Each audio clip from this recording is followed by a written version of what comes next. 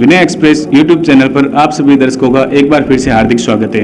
आज हमारे साथ बीकानेर पश्चिम विधानसभा क्षेत्र से भाजपा प्रत्याशी जेठानंद व्यास जी मौजूद हैं। आपसे बात करेंगे। सर, आप पहली बार विधानसभा विधायक का चुनाव लड़ रहे हैं और हमने बात की थी बुलाकीदास जी कल्ला से। उन्होंने कहा कि जिसने पार्षद का चुनाव नहीं लड़ा है उनको भाजपा ने प्रत्याशी बनाया, क्या कहेंगे? मैंने पार्षद का चुनाव नहीं लड़ा, वो सही कह रहे हैं, और वो भी पार्षद चुनाव नहीं लड़े, ये भी सही है। और मेरे परिवार से भी पार्षद का चुनाव लड़े और 1103 वोट से जीते। सामने 3 कैंडिडेट थे, जिसमें एक कैंडिडेट कल्ला जी के नज़दीक का कार्यकर्ता था, उसकी जमानत जब्त करवाई। आप इस चुनाव को किस प्रकार लेते हैं? आपको चुनाव लड़वाने का अनुभव है?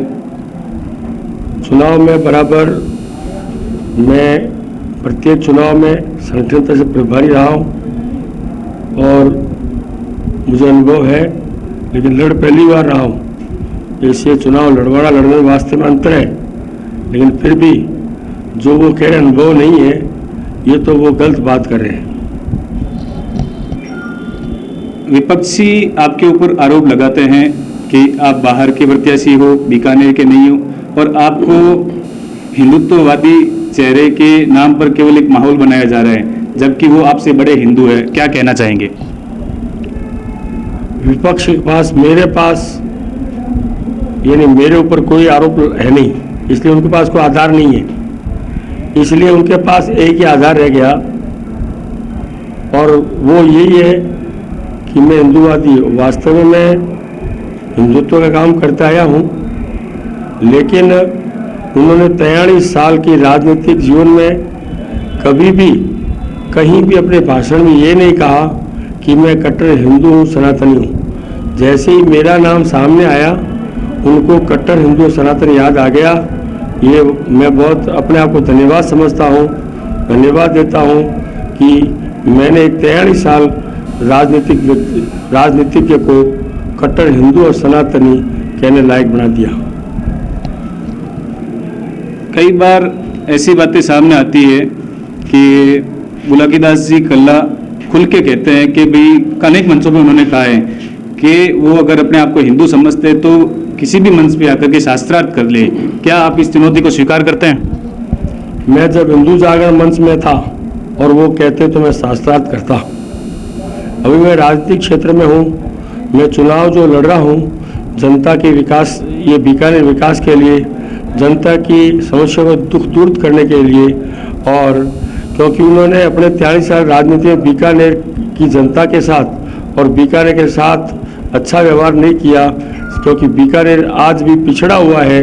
इसलिए मुझे अभी वो शास्त्रार्थ नहीं करने, मुझे उनको ये, मैं भी कहता हूँ कि वो राजनीतिक शास्त्रार्थ मेरे से करें और मैं उसके लिए तैयार हूँ। उन्होंने 43 साल में एक स्टेज पर बताया क्या काम किया बीकानेर के लिए, और उन्होंने कहाँ कहाँ जनता को परेशान किया है, कहाँ कहाँ उन्होंने अन्याय किया है। ये मेरे पास बहुत बड़ी लिस्ट है।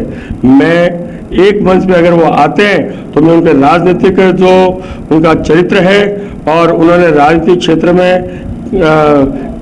कैसा बीकानेर की जनता के साथ व्यवहार किया है, मैं सब उजागर कर सकता हूँ। मेरे पे कोई आरोप नहीं है। ये केवल न आरोप होने के कारण, ये जनता गुमराह करने के कारण ये शास्त्रार्थ कर रहे हैं। अगर मुझे हिंदू जान समय कहता तो मैं उनके साथ अवश्य शास्त्रार्थ करता। अभी उस शास्त्रार्थ की आवश्यकता नहीं है। अब ये चुनाव, विधानसभा जो चुनाव है वो जनता के लिए है, जनता की समस्याओं को दूर करने के लिए है, बीकानेर के विकास के लिए है। उसके लिए मैं तत्पर हूँ। विधायक बनूंगा तो जो समस्याएं वो दूर करूंगा और बीकानेर का चहुमुखी विकास करने के लिए संकल्पित हूँ। आपका एक स्टेटमेंट आया कि समस्त मतदाता ये समझे कि वो जेठानंद व्यास से वो खुद चुनाव लड़ रहे हैं, तो इससे ये भाव उत्पन्न होता है कि जो कभी सरकारी कर्मचारी आतंकित हुआ करते थे कि उनका क्या होगा। तो क्या अब ये मान के चले आप अगर जीत जाते हैं तो कांग्रेस से जुड़े हुए कार्यकर्ता या सरकारी कर्मचारियों का ट्रांसफर नहीं होगा? ऐसा है, बीजेपी के राज में हमेशा ये ट्रांसफर की जो नीति है वो नीति बनी है, उस नीति के आधार पर हुआ है।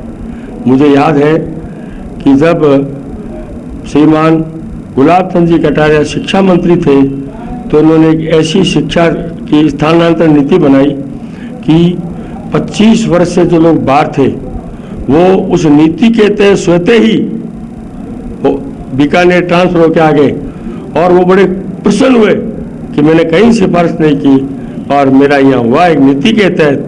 तो हम भी चाहते हैं कि कर्मचारियों के स्थानांतरण एक नीति बननी चाहिए और इस नीति के तहत ही ट्रांसफर होना चाहिए।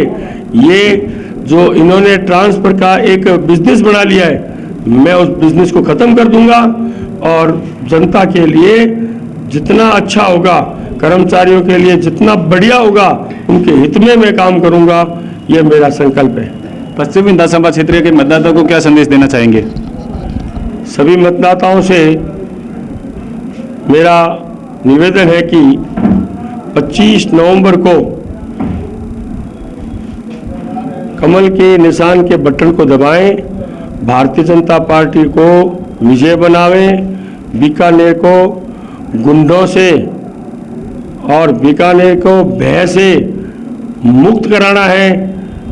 यह जनता के लिए है और मैं जब भी जीतूंगा तो अवश्य बीकानेर की जनता के लिए तत्पर रहूंगा और मैं केवल ये 4.5 साल से नहीं, मैं लगभग इस उनके घर तक हर 2-2.5 महीने में पहुंचने का प्रयास करूंगा। इसलिए मैं पुनः निवेदन करता हूं कि वो भारतीय जनता पार्टी को जिताएं। ये थे हमारे साथ जेठानंद जी व्यास, बहुत बहुत धन्यवाद।